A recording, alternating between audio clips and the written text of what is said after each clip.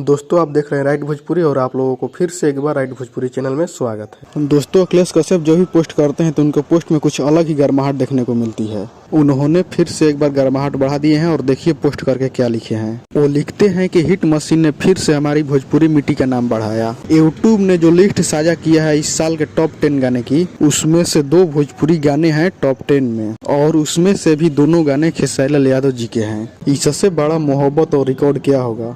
बताइए इससे बड़ा और मोहब्बत रिकॉर्ड क्या होगा सच में, जो कि दोनों गाने खेसारी लाल यादव जी के हैं। खाली बक बक बोलला से होई और खाली झमकावला से होई करहूं के परेला।